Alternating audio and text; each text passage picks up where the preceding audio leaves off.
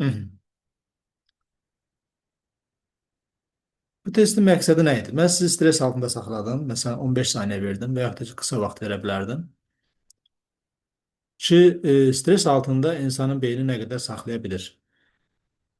Bəzilərinizdə 5 dənə, bəzilərinizdə 6, bəzilərinizdə 7, 7-si düz ola bilərdi. Əgər 5-dən yuxarısa bu normal sayılır. Normal yaddaş sayılır. Amma bu qısa yaddaşdır. Qısa yaddaş nədir? İndi öyrəndiniz, 10 dəqiqədən sonra da yadınızdan çıxa bilər, 1-2 saatdan sonra da yadınızdan çıxa bilər. Yəni bu öyrənmək deyil. Və bu qısa yaddaşın nə qədər məhdud olduğunu göstərir, qısa müddətli olduğunu. Bəzən uşaqlar nə edirlər? Sadəcə müəllimə qulaq asır. Bunun mənası odur. Və deyir ki, mən başa düşdüm, anladım. Amma gedir, evdə onun üzərində çalışmır və gələn dəfə gələndə artıq onun yadında həmin bilgilərin 90% çıxmış olur. Yəni qısa yaddaş belədir. Çoxusunu itirir. Hmm. Biz bu yaddaş məsələsi, yəni qısa yaddaş, işçi yaddaş və dərin yaddaşa birazdan sonra baxacağıq. Onu müzakirə edəcəyik. İndi başqa bir məqsədim var. İnsan beyni hak oluna bilərmi? Hak bilirsə də, yəni ə, işğal oluna bilərmi? Əslində bizim beynimiz hər gün süni zəkanın istifadə olunduğu hər bir platformada müəyyən miqdarda işğal olunur. Arama motorları dediyimiz Google filandır, sosial media iləndir və sonsuz sayda sürüşdürmə, Instagram olsun və yaxud da ki, TikTok olsun. Bunlar həm bizi manipulyasiya edir, həm bizi başqa tərəfə istiqamətləndirir və bizim beynimizi işğal edir. Biz də nəyisə qaçırmaq istəyir, yemək yeyə nəyəsə baxaq, birdən nəyisə qaçıra bilərəm, daha maraqlı bir şey qaçıra bilərəm. Bunlar bizdə nə yaradır? Baxın, ən sondakı cümlə dopamin ifrazını tətikləyir. Hər baxdığınız şey, sizə maraqlı gələn hər bir şey sizdə dopamin beynimizdə olan bir ə, vəzidir, maddədir, ifraz olunur. O bizdə var serotonin, ləzzət hormonudur, mutluluq hormonu deyirlər. Bir də dopamin var. Dopamin bizdə bir işə həvəs, güc yaradan bir şeydir. O dopamin ifrazı az olanda bizim nəsə iş görməyə həvəsimiz və yaxud da ki, oxumağa həvəsimiz olmur. İndi bizim sosial mediada gördüyümüz çoxlu sayda maraqlı şeylər bizdə həmin o dopamin salgınını artırır və bizdə artıq beynimiz dolu olur həmin maddə ilə. O da qanımıza qarışır da. Buna dopamin zəhərlənməsi də deyirlər. Və biz o maraqlı şeydən ayrılıb başqa bir şeyə yönələndə artıq orada dopamin ifraz olunur. Məsələn, kitab oxumağa və yaxud da ki, gedib hər hansı bir fiziki iş görməyə və ya çıxıb futbol oynamağa həvəs qalmır başqa şeylərə. Bütün həvəsimizi yönləndir. Artıq bizim beynimizi haqq eləyir həmin şeylər və özünə tərəf çəkir. Çünki insan nədən ləzzət alırsa, ona doğru yönəlir. İnsan ləzzət almadığı bir işlə məşğul olmaq istəmir. Məsələn, bəzi alimlər var, görürsünüz ki, ömrünü sərf edib o elmə, o adam ondan ləzzət alır deyə ona yönəlir. Amma başqa bir adama o dəlillik kimi görsənir. Çünki o, həmin başqa adam bu elm oxumaqdan ləzzət almır. Və yaxud da birisi tokardır, o hər gün öz işindən ləzzət alır. Birisi ticarətçidir, hər gün o işindən ləzzət alır. O pul qazanmasa, o həmin gün ləzzəti olmur. Yəni o işi görmək istəmir. Yəni dopamin ifraz olunmur.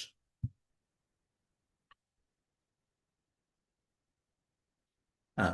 Bunlar bizdə nə yaradır? Bu sosial mediada qısa müddətli həzlər. Yəni birinə baxdım, görürsüz videolar qısa-qısadır. Həzz aldım, doydum, indi başqa birisinə baxmaq istəyirəm. Daha başqalarını sənə e, cəlb eləyir ki, daha başqasına bax, daha çox ləzzət al. Bu da axırda nə yaradır səndə? Diqqət dağınıqlığı. Diqqət dağınıqlığı bundan başqa nədən yaranır? Bizim beynimiz e, o videolara baxanda və ya şəkillər olsun, belə sürüşdürüb baxırıq. Tez-tez orada hər bir videonun da içərisində nə qədər kadr dəyişir. Saniyələrlə ölçülür. Kadrlar uzun çəksə biz ona baxa bilmirik, darıxırıq. Tez-tez kadr dəyişir ki, bizi özünə bağlayıb saxlasın. Yəni bizim dopaminimiz daim ifraz olunsun. Bizdə maraq yaransın ona qarşı. Və sürekli dəyişdikcə bizim beynimiz o dəyişikliyə öyrəşir. Və bir durğunluq yaransa ona darıxır. Kitab oxumaq da, başqa bir işlə məşğul olmaq da, sabit bir işlə məşğul olmaq da tələb edir ki, sən bir kadra baxasan. Yəni, kitab bir dənə kadrdır. Bir səhifədə sən yarım saat bunu oxumalısan, məsələn. Bu bir kadra baxmaq bizim üçün dünya qədər çətin gəlir və darıxdırıcı gəlir. Çünki beynimiz artıq öyrəşdi sürətli dəyişikliklərə. Sürətli dəyişikliklərə öyrəşən adam sabit bir işlə məşğul ola bilmir. Orada dopamin ifraz olunmur çünki sabit işdə. Öyrəşib digər tərəfə. Və bizim fikrimiz dağılır, yəni fokuslana bilmirik. Çünki ləzzət almırıq kitab oxumaqdan və ya başqa bir iş, sabit işdən. Yəni bu hadisədən sonra sosial mediadan uzun müddət məşğul olandan sonra biz başqa bir işlə məşğul olanda bizdə dopamin ifraz olunur və biz ləzzət almırıq o işdən və biz o işi görə bilmirik, ora fokuslana bilmirik. Fikrimiz dağılır. Fikrimiz dağılır, beynimiz gördüyü hər bir şeylə, hər bir şəkil olsun, video olsun, görüntü olsun, ondan görəndən sonra da məşğul olur, onları emal edir. Biz elə bilirik ki, başqa işlə məşğul olun, amma beynimin çox hissəsi həmin o görüntüləri emal etməklə məşğuldur. Biz deyirik ki, kitab oxuyaq, məsələn, 2 cümlə oxuyaq, amma fikrimiz başqa bir yerdədir, onu emal edir. Əgər beynimizin hüceyrələrinin 70%-i gördüyüm işlə məşğul olmağa yönəlsə, orada uğur qazanacam. Orada oxuduğumu anlayacam və ya müəllimə qulaq asanda onu anlaya biləcəm. Yox, 70%-i arxada qalan, dərsə girənə qədər baxdığım görüntülərdədirsə, artıq mən 30%-lə mən uğur qazana bilmərəm. 30%-lə mən dərsi dinləyə bilmərəm və ya oxuyub anlaya bilmərəm. Buna biz dağınıqlıq deyirik. Fikir dağınıqlığı, diqqət dağınıqlığı budur. Bəzən hiperaktivlikdir. Bax, bu özü hiperaktivlik yaradır. O sürətli dəyişən kadrlara baxmaq. Buna deməkdə məqsədimiz odur ki, yəni özünüzdən, öz beynimizdən xəbərimiz olsun ki, fərqində olaq ki, nə etmək lazım olduğunu, nədən qaçınmalıyıq, necə beynimizi idarə eləməliyik, onun fərqində olaq və öz iradəmizi ortaya qoyaraq öz beynimizi özümüz idarə eləyək. Artıq beynimiz bizi idarə eləməsin. Biz beynimizi idarə eləyək. Bizim beynimizi başqaları idarə edir, həmin görüntülərlə. Sonra da beynimiz bizi idarə edir. Amma biz deyirik ki, ona qarşı dirənmək lazımdır. Biz beynimizi idarə eləməliyik. Başqalarının əlinə verməməliyik beynimizə. Beynimiz, biz insan olaraq düşüncə və duyğudan ibarətdir əsasən. Yəni, beynimizin içərisində o duyğuları yaradan da, bax, görürsünüz, dopamin bir duyğu yaradır, serotonin başqa bir duyğu yaradır. Duyğularımızı yaradan həmin o vəzlərdir. Maddə ifraz edən vəzlərdir. Biz elə bilirik ki, biz özümüz düşünürük, amma əslində elə deyil. Sizin baxdıqlarınız, gördükləriniz, eşitdikləriniz sizdə bir düşüncə yaradır. Yəni, hacklənmiş bir düşüncədir o artıq. İşğal olunmuş bir düşüncədir. Bizim düşüncəmiz deyil əslində o. Hansı informasiyalarla beynimizi doldurmuşuqsa, biz o yöndə düşünə bilirik. Elə bilirik ki, özümüz düşünürük, amma əslində o bizim öz düşüncəmiz deyil ki. Məsələn, tutam ki, Avropada yaşayan insanın düşüncəsi ilə Azərbaycanda yaşayan eyni deyil. Çünki o başqa bir informasiya bolluğunun içərisindədir və ona təlqin olunanlar başqadır, təhsildə olsun, siyasətdə olsun, televiziyada gördükləri başqadır, bizim gördüklərimiz başqadır. Ona görə bizim fikirlərimiz bütün insanlarda eyni olmur. Hansı baskının altındasansa, o baskının altında səndə duyğu da dəyişir, düşüncələr də dəyişir. Sürətli dəyişməyə öyrəşirik və bu bizdə... İndi aşağıda bir dənə qeyd götürmüşəm, unutma. Nəyi unutma? Həkk olunmuş beyin sənə aid düşüncə və duyğusu olmayan beyindir. Bayaqdan onu deyirəm. Gerçəkdən düşündüyün sən mi düşünürsən? Bunu biraz tez-tez yazmışam, tələsir. Gerçəkdən düşündüyünü sən mi düşünürsən? Bunu sual olaraq qoyuram və biraz da özünüz fərqində olsanız, diqqət eləsəz, görərsiniz ki, siz hansı təsirin altındasınızsa, o cür düşünürsünüz. Çarə nədir? Şarə nədir yazmışım. Fərqində olmaqla beynini idarə edə bilməklə özünə aid düşüncə və duyğuya sahib olmaq deməkdir. Demək, biz çarə odur ki, Fərqində olacaqsan ki, mən hansı təsirə məruz qaldım və ona qarşı mən necə mübarizə aparmalıyam, necə bir duruşum olmalıdır, həyatımı necə qurmalıyam. Mübarizə aparmaq yorucudur, amma həyatını necə qurmalısan ki, ona sənin düşüncə və duyğun azad olsun, özünə aid olsun.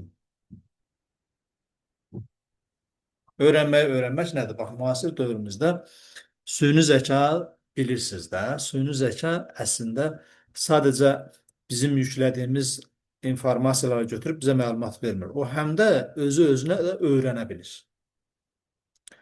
Özü yeni şeylər öyrənir. Verilən informasiyanın əsasında yeni şeylər öyrənir. İnsan da əslində biz ancaq insan olaraq çoxumuz öyrənməyi öyrənməmişik. Yəni öyrənməyi bilmirik. Necə öyrənməliyik onu bilmirik. Bəzi uşaqlar, bəzi insanlar anadan gəlmə bunun metodunu bilir. Özü də bilmədən onu bilir. Yəni uşaq vaxtından bilir ki, mən necə oxuyanda, necə hansı yollarla oxuyanda mən yaxşı öyrənə bilirəm. Necə eləyəndə mən müəllimə dinləyəndə mən yaxşı anlayıram. Onu uşaqlıqdan özü üçün kəşf edilmiş olur. Bəzilərimiz isə fərqində olmuruq. Elə deyirik ki, mən baxıram da, qulaq asıram da, oxuyuram da, amma öyrənə bilmirəm. Hə, problem nədədir? Onu çözə bilmirik. Və buna biz deyirik ki, o adam öyrənməyi bilməyib. İndi fikir verin, süni zəka bu qədər sürətlə öyrənməyi öyrənə bilirsə, insan öyrənməyi bacarmırsa, demək insan çox geridə qalacaq və məhv olacaq. Hətta məhv olacaq. Biz süni zəkanın əksinə ondan daha yaxşı öyrənməyə bacarmalıyıq ki, onu keçə bilək. Dünyada məsələn hesab ediblər ki, 2026-dan sonra 85 milyon işi süni zəka öz əlinə alacaq. Bunda biz nə iş görəcəyik? Hansı qabiliyyətləri qazanmalıyıq həmin dövrdə ki, bizə də iş olsun. Biz süni zəkanı idarə edək. Biz süni zəkanı idarə etmək üçün bizim öyrənmə bacarığımız süni zəkanın öyrənmə bacarığından daha sürətli olmalıdır. Daha yaxşı olmalıdır. Səs var orada. Orada deyil. Deyil ora səs var. Hı -hı.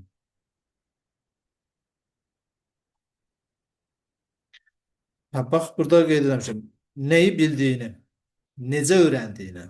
Məsələn, hər kəsin öyrənmə taktiki, metodu fərqlidir. O onu tapmalıdır. Məsələn, mən şagirdlərə belə bir eksperiment aparırdım əvvəllər Türk liseyində işləyəndə. Şagirdlər arasında yaxşı öyrənə bilən uşaqları qaldırırdım. Sən dedin ki, necə öyrənirsən, hansı taktika ilə öyrənirsən, necə edirsən ki, sənin daha yaxşı yadında qalır, sən daha az səhvlərin olur testlərin eləndə. O dururdu öz metodlarını deyirdi. Başqa bir şagird öz metodlarını deyirdi. Başqa birisi öz 3-4 nəfər deyəndən sonra qalan şagirdlərə deyirəm ki, indi sənə məsələn falan kəs, sənə hansı daha uyğundur? Deyir məsələn Əlinin dediyi daha uyğundur mənə. Onu onda seç özün. Özün üçün onu tətbiq eləməyə başla. Hə. Başqa birisinə Vəlinin dediyi daha uyğundur. Bax, belə gərək öz metodunu əgər özün tapmadınsa, başqalarından öyrənəsən. Öz sinif yoldaşlarınızdan da öyrənə bilərsiniz. Metodda sən necə öyrənirsən? Sən necə öyrənirsən? Ki, yadında yaxşı qalır və yaxud da ki, sən test həll eləyəndə səhv eləmirsən və yaxud da sən necə edirsən ki, müəllimə qulaq asanda fikrin orada olur və anlaya bilirsən. Mən ancaq sözlərin yarısını qaçırıram, fikrim dağılır, başqa yerə gedir. Bir də ayılıram ki, 5 dəqiqə keçib və mən sadəcə müəllimə baxıram, ancaq fikrim başqa yerdədir. Necə toparlayırsan özünü? Belə-belə, yəni insan özü də araşdırmalıdır. Hər şeyi kimsə gətirib versin ona, onu gözləməməlidir. Mən bunu eləyirəm ki, bu təlimi. Siz fərqində olasınız ki, aha, belə bir şeylər var imiş. Demək ki, mən öz beynimi idarə edə bilərəm. Mən yeni bacarıqları özüm də əldə edə bilərəm. Elə mən zəifəm, mən tənbələm deyib oturmamalıyam. Aha. Demək, öyrənmə şuurlu bir strategiya şəklində olmalıdır. Hı -hı. İndi burada keçirəm. Biz müzakirə elədik nələri? Baxaq əvvələ. Əslində tənbəllik yox imiş. Bunu nədən bildik? Bizi tənbəl eləyən. bizim maraqlarımız haradırsa, nəyədirsə, ə, biz başqa bir iş bizdən gözləyirlər, amma biz o işi görmək istəmirik. Və biz orada tənbəl sayılırıq. Demək ki, biz ə, ləzzət aldığımız işlə məşğul olmaq istəyirik. Və bəzən adamlar var ki, onu da bilmir ki, mən nə iş görsəm mən ləzzət ala bilərəm. Yəni mənim üçün maraqlı olan nədir ki, hansı bir sahəni tutum və araşdırmır da. Özü araşdırmalıdır ki, mən nə iş görəcəm, mən nə edeyim ki, daha xoşbəxt olum və axı e, gələcəyimi qurmaq üçün indidən hansı istiqamətə yönəlim. Bunun bir araşdırmasında olmalıdır. Ə, və bilməlidir ki, bu mənim xarakterim deyil. Hamı mənə tənbəl deyir, amma bu mənim xarakterim deyil. Mənim də özümə məxsus maraq sahəm var əslində. Onu mən tapmamışam. Ona görə mən tənbəl görürəm. Mən onu tapmalıyam. Aha. Çox çalışıram, amma nəticə zəifdir. Fokslama problemi. Fokslama problemi nə ilə bağlı idi? Dedi ki, fikir dağınıqlığı yaradan proseslərlə çox məşğul oluruq və nə olur sonda beynimiz sürətli dəyişən şeylərə alışdığı üçün, oradan həzz aldığı üçün biz dərs oxumağa fokslana bilmirik. Artıq dərs oxuyanda həmin dopamin ifraz olunmur və biz dərsdən ləzzət almadığımız üçün ona fokslana bilmirik. Bu hər kəsdə belədir. Biz nə etməliyik? Demək ki, o sürətli dəyişən o kadrlara yönəlməməliyik.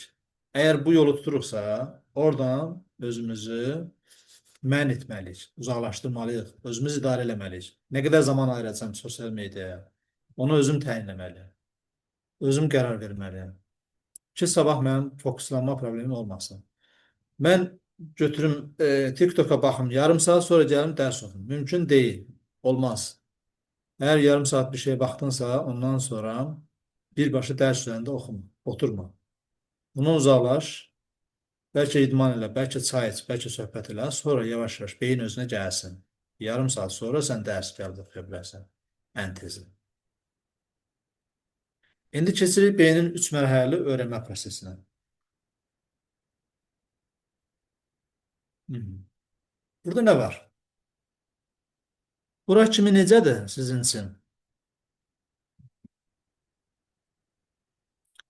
Sizi dinləyək, yorulmayasınız da, bəlkə də yoruldunuz.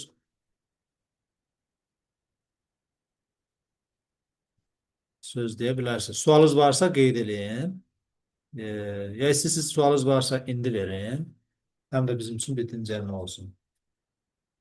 Çünki bax, daimi qulaq asmaq özü də görür. Amma siz danışsanız, hep aramızda interaktiv olsa, o sizi yormaz.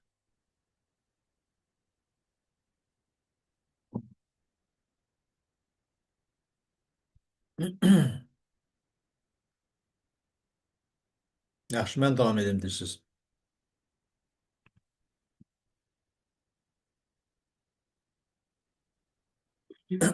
Qısa yaddaş nə idi?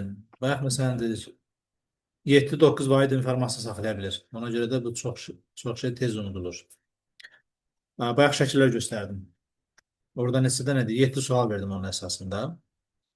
Və o indi bəlkə də indi təzədən sorursam orada nə var idi? Bayaq məsələn 5 suala 5-inə doğru cavab verən, indi bəlkə də 3-ünə cavab verəcək və ya ikisinə. Qalanı yadından çıxmış olacaq. İşçi yaddaş nədir? Bir də var uzun müddətli yaddaş. Bizim məqsədimiz bax, uzun müddətli yaddaşa gedib çatmaqdır. Ora gedib çatmasan, uzun müddətli yaddaş, yəni beynimiz onu yazıb arxa tərəfdən, beynimizin arxa tərəfindədir o. Ora gəlməsə,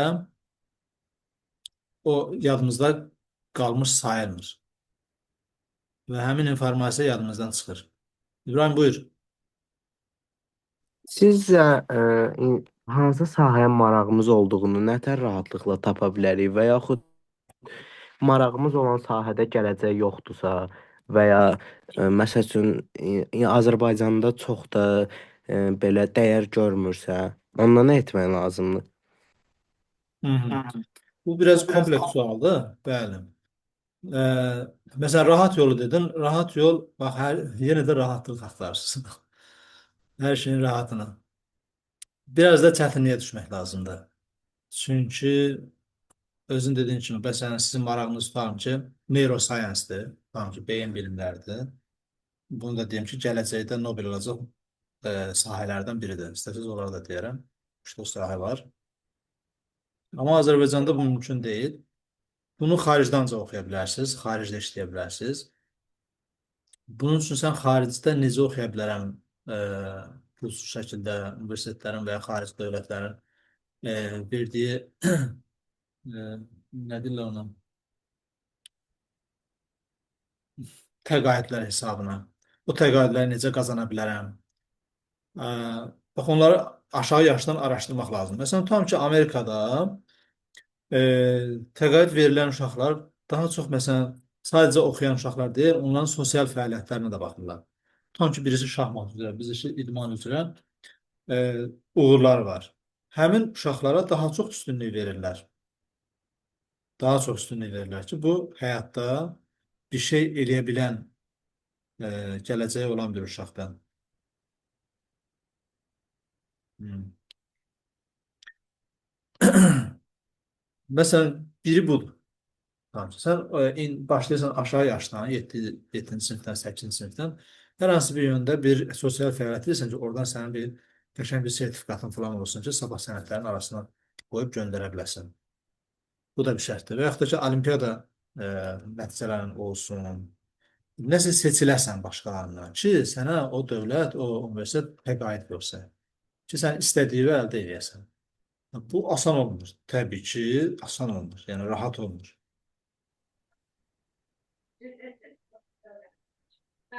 Salam, sual vermək olar.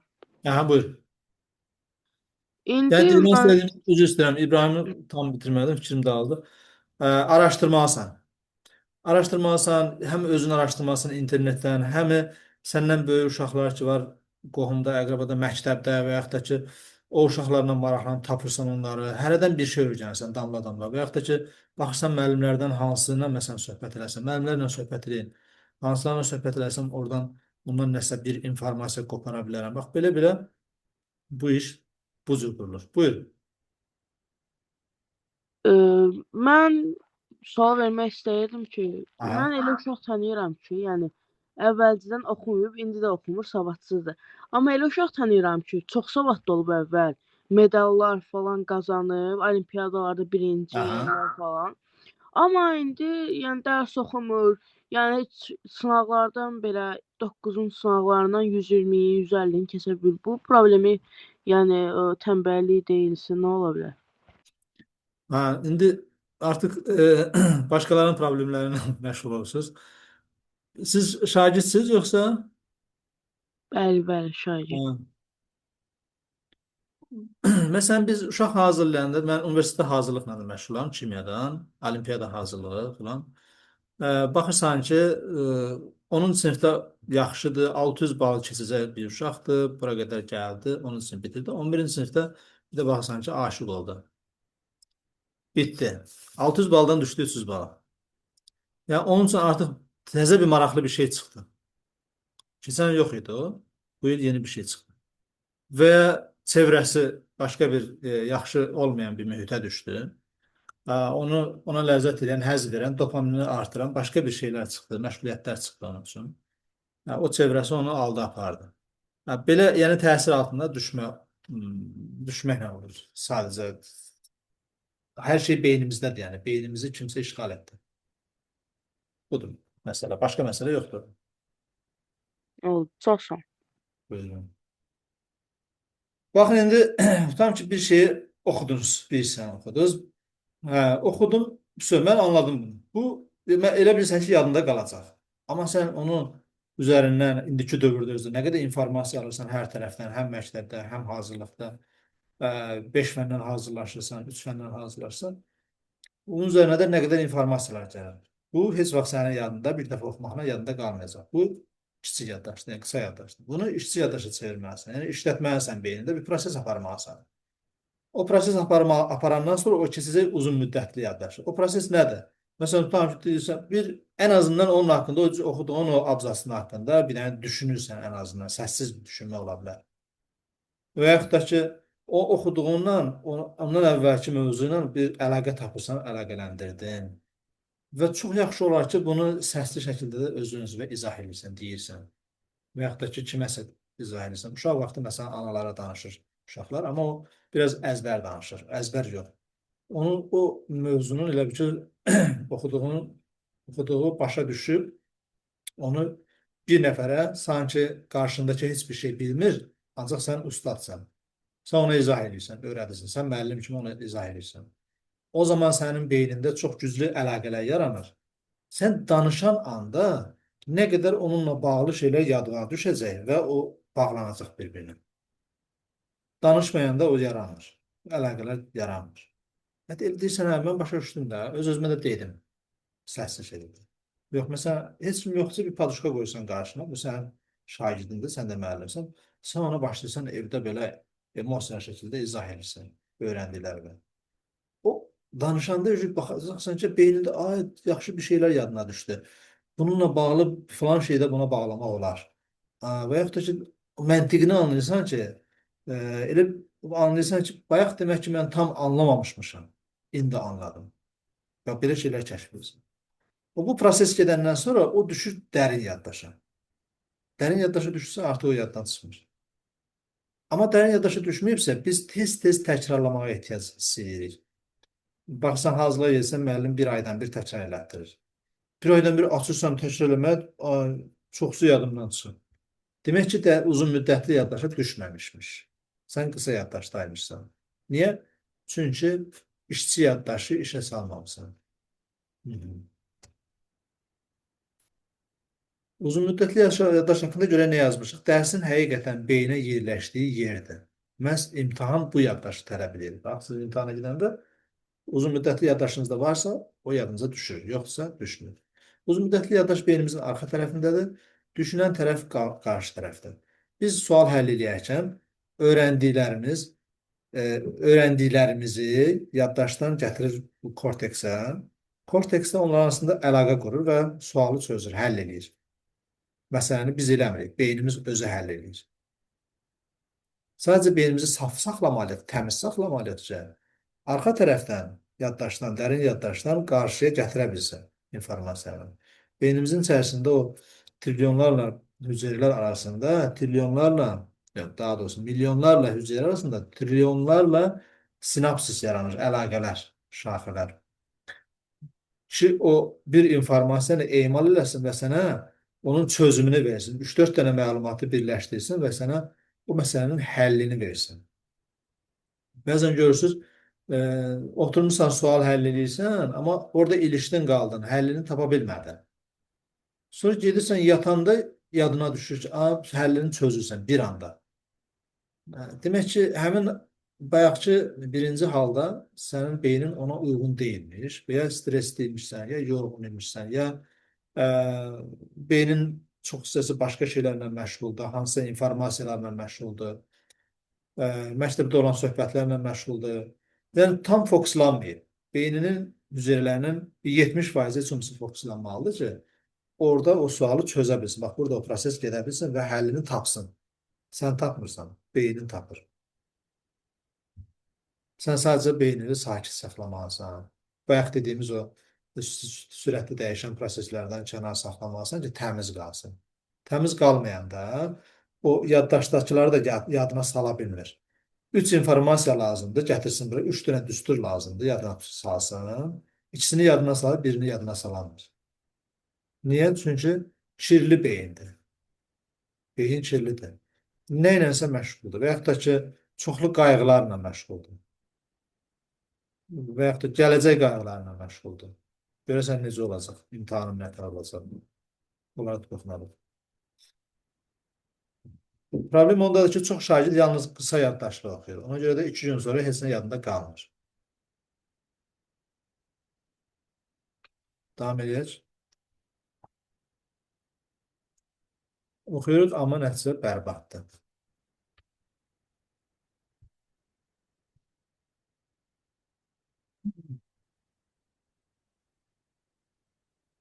Oxuyuruq, çünki başa düşmədən oxuyuruq. 1. Niyə nəticəmiz bərbaddır, ona baxırıq. Və yaxud da ki, əvvəllər çox şey deyirdi, altını cızırsan hər dəfə, bunun altını cızım, bunun altını cızım, bunun altını cızım. Elə cızmaqla qalır.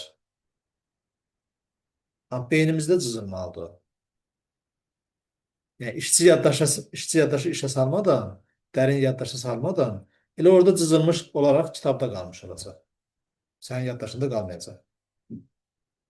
Ha, bəzən də baxırıq ki, hə, məsələni həll elədim, demək ki, hə, bilirəm. Bir dəfə səhv elədim, iki dəfə səhv elədim. Bəzən uşaqlar bilir riyaziyyatda bu yolu dənəyir, sonra vurur, sonra çıxır, bölür. Axırda cavabı tapır. Ha, elə bilir ki, mən elə bilirmişəm bunu.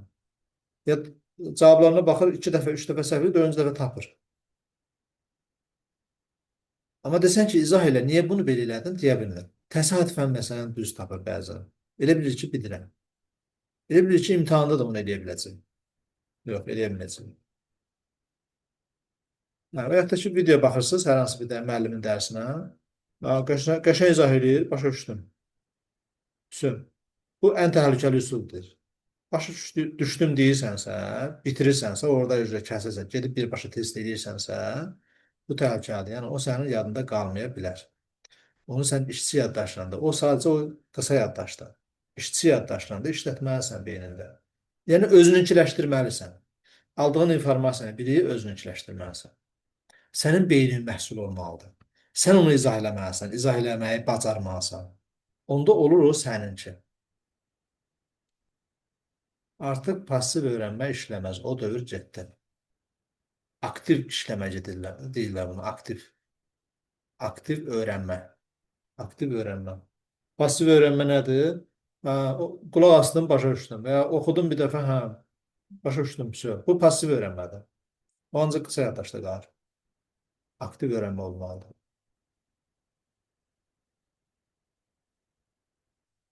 Burada bir neçə dənə öyrənmə texnikaları var dünyadakı bəzi alimlərin işlətdikləri. Mən burada məsələn bu ikinci var. Active recall, yaddaş çağırışı eləmək. Məsələn, bayaqdan danışdım, əslində odur. Mən ona üstünlük verirəm. Məsələn, üçüncü var spaced repetition, fasilələrlə təkrar etmək. İlk gün, üçüncü gün, yeddinci gün. Bunu heç kim eləyə bilməyəcək. Məsələn, tam ki, bugün öyrəndin, belə bir metod var, məsələn, bugün öyrəndin, 8 saat sonra onu bir dənə təkrar edirsən. Sonra 16 saat sonra bir dənə təkrar edirsən, o yavaş-yavaş keçir dərin yaddaşa. Bunu heç kim eləmir indiki dövrdə, bilirəm ki, çünki hər gün o qədər tapşırıq olur ki, onu eləyə bilmirsən. Elə nə vaxt ki, oturmuşsan dərsin üzərində, o vaxt onu aktiv recall-la, yəni özün-özvə bayaq dediyimiz işçi beyni işə salmaqla yadında saxlayırsan, ən yaxşısı odur. Bir də ki, bloklu öyrənmə yaxşıdır. Məsələn, əgər sənin səbrin yoxdursa oturmağa, uzun müddət, 15 dəqiqə oturursan, 15 dəqiqədən sonra sənin fikrin yayınır da, bilirsən ki, sən özün-özünü tanımalısan. Fikrin yayınırsa, 15 dəqiqədən sonra durursan, özünə vaxt görürsən. Durursan ki, 5 dəqiqə fasilə.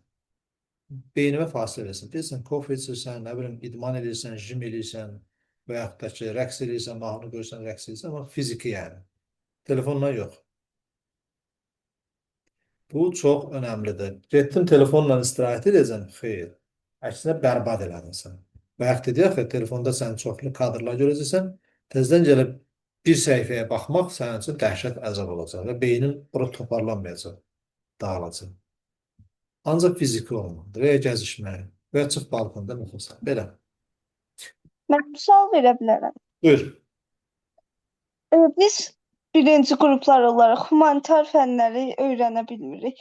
Məsələn, bir düsturu daha yaxşı öyrənirik, o yadımızda daha çox qalır. Amma məsələn, ingilis dilində bir sözü öyrəndikdə bu yadımızda bir gün belə qalmır. Bunun səbəbi nədir? Demək, onun da öz texnikası var. Birincisi, siz düstur yadınızda ona görə qalır ki, düsturu neçə dənə məsələdə sən tətbiq edirsən.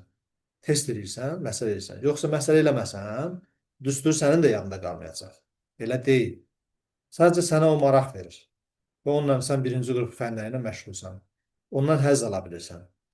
Amma o birisi tarixdir, tutalım ki, ədəbiyyatda uzun bir hekayə oxumaq, onun içində detallar yadda saxlamaq sənin üçün maraqlı deyil. Mənim üçün də maraqlı deyil. Amma onun da öz texnikaları var. Məsələn, ingilis dil dediyin, ingilis dil yararlı yerinizdən biridir. İngilis dilində söz götürüb əzbərləməklə ingilis dili öyrənmək olmaz. Mən özüm məsələn öz ingilis dili öyrənmə metodumu burada ilə qeyd eləmişəm, deyəcəkdim. İndi deyim. Siz üçün də maraqlı olacaq. Mən universiteti qutarandan sonra ingilis dili öyrənməyə başladım ki, xarici neft şirkətlərində işləmək üçün.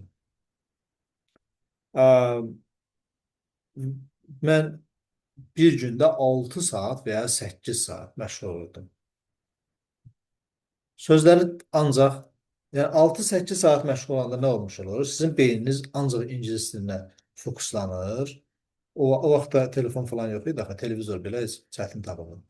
Hər evdə olmurdu, yəni tələbə vaxtı idi biz burada başda.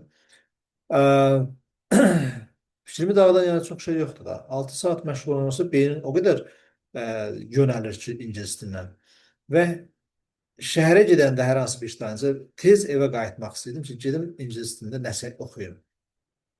Demək ki, həzz alıram ondan. Başlayır beynin ondan həzz almağa. Həzz aldıqca onu daha tez qavrayır. Və orada mən yeni sözlər öyrənəndə artıq 2 dəfə təkrar eləməyimə ehtiyac olmuyor. Bir dəfəyə belə yeni söz yadımda qalır. Tam ki, bir səhifə mətn oxuyuram, bir səhifədə tam ki, 10 dənə yeni söz çıxdı. O yeni sözü öyrənmək artıq çətin olmurdu. İlk əvvəllər çətin olurdu, sonra yox. Məsələn, 1 aydan sonra, 2 aydan sonra artıq sənə çətin gəlmir. Sözü də necə öyrənəcəksən?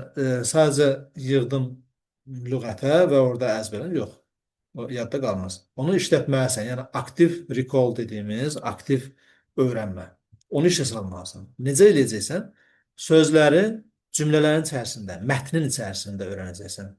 Necə öyrənəcəksən? Tam ki, mətndir. Mən ilk dəfə mətnin ən kiçik abzasını götürürdüm, onu başlayırdım öz-özümə danışmağa. Və onu danışanda oradakı yeni sözlərdə, köhnə sözləri çalışırdım ki, işlədəm. Oradakı sözlər işlənsin. Yeni söz varsa, tam ki, bir dənə söz hökmən işlənməlidir. O işləndi, birinci dəfə o qədər çətin gəlir ki, bir abzasını, 2 cümləli abzasını danışmaq belə çətin gəlir. Amma beynimi biraz o əziyyətə verirsən. Zəhmət çəkəndən sonra beyin yavaş-yavaş alışmağa başlayır ki, mən yenə də belə bir şey eləyəcəm demək ki. Özü-özündə hazırlıq işi görür beyin. Bir canlıdır beyin. Bir canlıdır, o başa düşür hər şey bilir yəni. Siz ona yön verirsiniz, o eləyir. Yəni siz iradə qoyursunuz ortaya biraz. Sonra 2 abzas, sonra 3 abzas. Hər dəfə o yeni sözlər o cümlələrin içərisində bir neçə dəfə təkrarlayırsın. 3 dəfə, 4 dəfə, 5 dəfə o cümləni. Yəni o abzasdır. Sonra keçsən artıq özün istəyirsən ki, artıq böyük abzas mən danışa bilərəm. Belə keçsən bir səhifəyə. Bir müddət sonra görürsən ki, bir səhifəni oxudum, sonra bunu danışmaq mənim üçün çox asandır. Sadəcə orada işarələyirsən o yeni sözləri, bu yeni sözlər hansı cümlənin içərisində idi? Onları hökmən o cümlənin içərisində işlədirsən, o cümlə ilə yadda qalır. Olur, süper. Hər ehtimala qarşı da yenə də yazırsan lüğətdə, yazanda da çünki beynin işləyir. Yaddaşa yazır. O da aktiv prosesdir yazmaq. Məsələn, kimyada reaksiya tənliyi varsa, onu sən yazmadan, üzünə baxdın, natrium H plus H-lar bərabərdir, filan, filan, filan. Baxdım, öyrəndim, müəllim, mən belə öyrəndim. 10 dənə reaksiyada gəlir, soruşuram, 5-nə cavab verir, 5-nə cavab verə bilmir, yadımdan çıxır. Deyirəm, yazaraq eləmədim də, şifahi öyrəndir, hə. Deyirəm, öyrəndim də, danışdım öz-özümə də reaksiyanı. Axı, deyirəm, orada sən danışanda səhvlərimi görmürsən, axı, hansı formulda, hansı indeksdə nəyi yazmadığını görmürsən, axı. Yazandan sonra yoxlayırsan, səhvlərimi görürsən. Yazanda beynin işləyir, aktiv işləyir və onu dərin yaddaşa salır. Bir dəfə yazmaqla da olmur, 3-5 dəfə yazmalısan, ən az 3 dəfə o reaksiyaları təzədən yazmalısan. Yəni, test yazmağa qaçmırsan. Bunu öyrənməyə çox vaxt sərf edirsən. Öyrənməyə 2 saat, 3 saatın geçsin. Test həll edəndə o vaxtı orada qazanacaqsan. Həm də yadında qalacaq, möhkəmlənəcək və test sürətli gedəcək, test həll eləmə. Amma biz öyrənmədən deyirik ki, gedək ev tapşırığın 100 dənə test verib, 200 dənə test verib, bunu mən nə vaxt edəcəm? Sürətli şəkildə eləməyə çalışırıq. Amma testi həll edəndə müəllimə qulaq asdıqlarım 2 gündən sonra yadımdan çıxıb, axı, tez-tez baxırıq, açırıq kitabı, dəftəri, oradan tez-tez informasiya baxıb təzədən yazırıq, əksinə vaxt itiririk. Və yadda qalıcı da olmur. Olmur, ha, yadında qalmır. Elə bilsən mən baxdım kitaba, həmin informasiya. Testi həll elə. Yadında qaldı, yadında qalmadı. 100% belədir. Amma öyrənirsən, sonra test edirsən. Test eləyəndə möhkəmlənmiş olur öyrəndiklərin.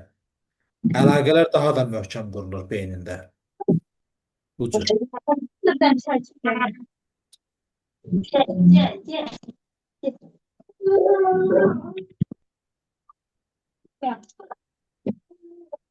Hə, sualınız var? Dedi başına dönerim. Səsi bağlayaq. Xahiş edirəm. Səsi bağlayaq. Hı.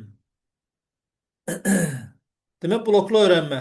Əgər sən uzun müddət otura bilmirsənsə, əvvəl 15 dəqiqə və yaxud da 10 dəqiqə sənə necə uyğundur və ya 20 dəqiqə.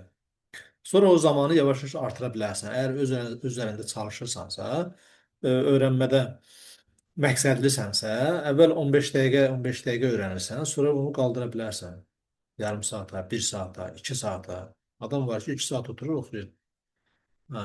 Adam var ki, 15 dəqiqədən o tərəfə otura bilmir. Fikri yayınır. Yayındısa artıq oturma. Dur. Bunları qeyd edə bilərsən öz-özdən. Sonra yenə bax bu yenə də bu qısa yaddaş olacaq mənim danışdıqlarım sizin üçün.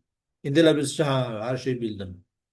Amma tətbiqə başlayanda yadınıza düşməyəcək. Qeydlər götürmünüz üçün. Məsələn, burada nə öyrəndin, sən üçün maraqlı nə oldu, yeni nə oldu? Qeydlərinizi götürün. Özüm arada fasilə verirəm ki, siz qeydlər apara bilirsiniz. Baxın, müqayisə edirəm burada. Aktiv oxuma nədir? Recall nədir? Yəni, yenidən aktiv çalışma. Adi oxuma, bir də var aktiv oxuma. Recall aktiv öyrənmə deyək də buna. Adi oxuma sadəcə baxırsan, oxuyursan. Ha. Amma recall-da özünü sorğuluyursan. Mən burada nə öyrəndim? Çıxardırsan. 1, bunu öyrəndim. 2, hətta qeyd edirsən bir yerə. 3, 4, 5. Sakit öyrənmə var, bir də ki var, beyin çalışır, axtarış edir. Hə, mən oxuyuram, bu sakit öyrənmədir. Beynim çalışmır ki. Çalışır, amma əsas aktiv çalışma, yəni əlaqələr qurulmur beynin içərisində. Sadəcə bir informasiya, elə bir ki, qəzet oxuyursan. Yadda qalan az olur adi oxumada, amma digərində isə yaddaş güclənir.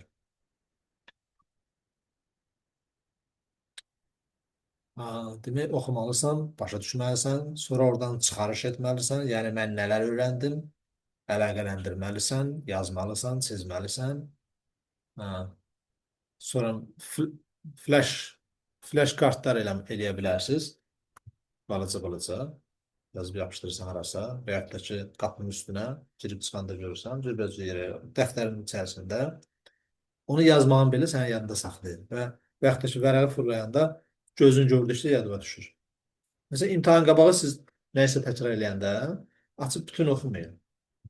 Açdığınız səhifənin dərsin adına baxın, beyniniz onun içərisindəkiləri təkrar eləyəcək.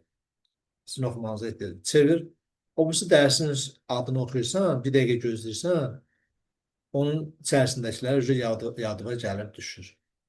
Beyin özü təkrar edir. Yetər ki, başqa şeyə baxma, dərsə baxancaq.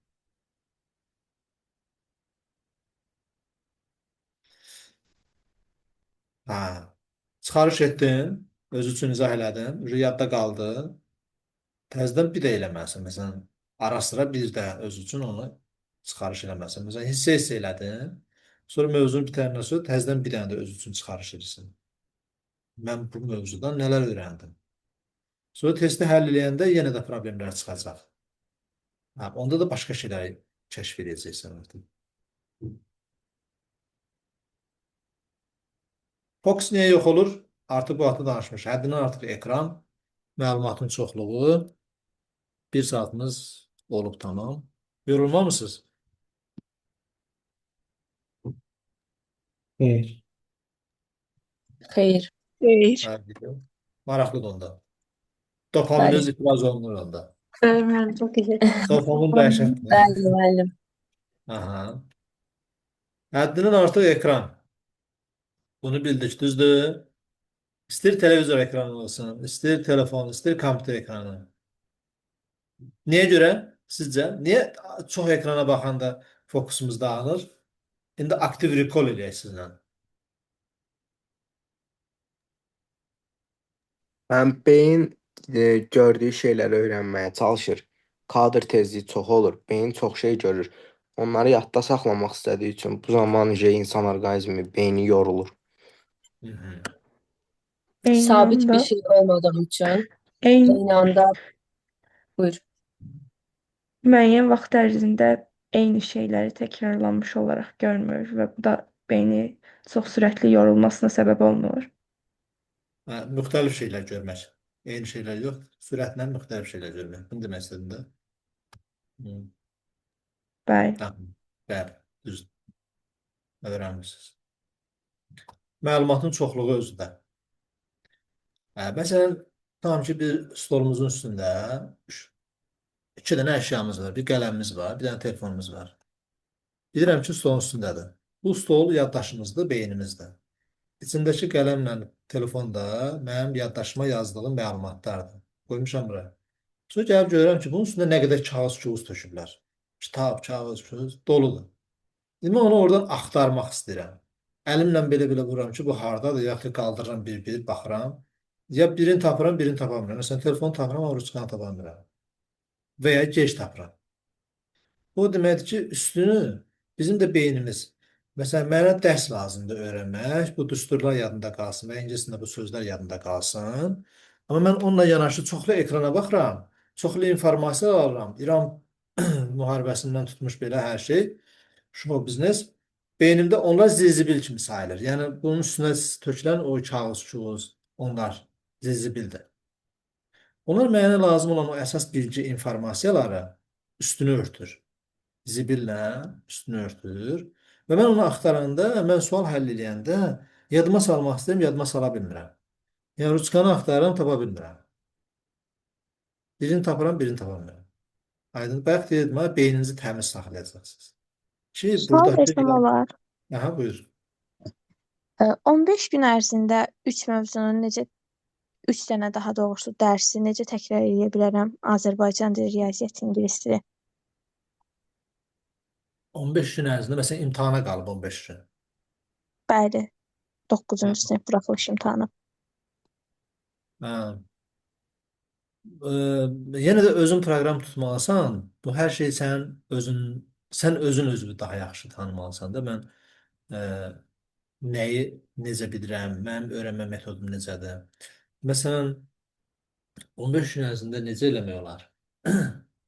Sıfırdan eləmək təbii ki, mümkün deyil. Eləyərsən, əgər sən beyninə yaxşı yaddaşına yazmısansa, birincisi 15 gün ərzində başlayırsan beyin təmizliyi eləməyə.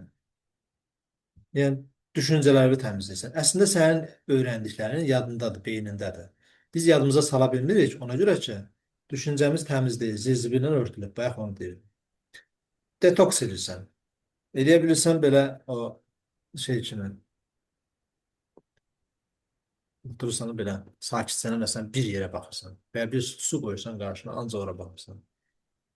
Fikrin dağılır, amma toplamağa çalışırsan. Fikrin dağılır, amma toplamağa çalışırsan. Bunu məşq edirsən belə. Başqa şeylərə yayınmasın. Dərs olaraq amma necə çalışarsan, bu biraz özündən asılıdır.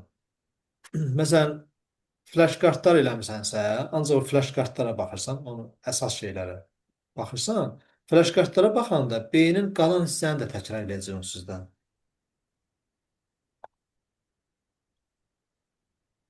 Və yaxud da ki, özün mövzunun sokunu çıxartmısan, yazmısan hardasa, kitabın qırağında və yaxud da ki, ayrıca dəftərdə, onlara baxırsan, o sənin olur, əsas təkrarın olur.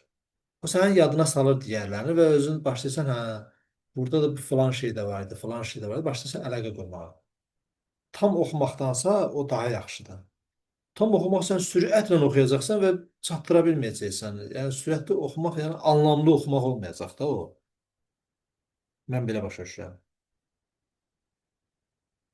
Qane edir cavabım. Bəli, çox sağ olun.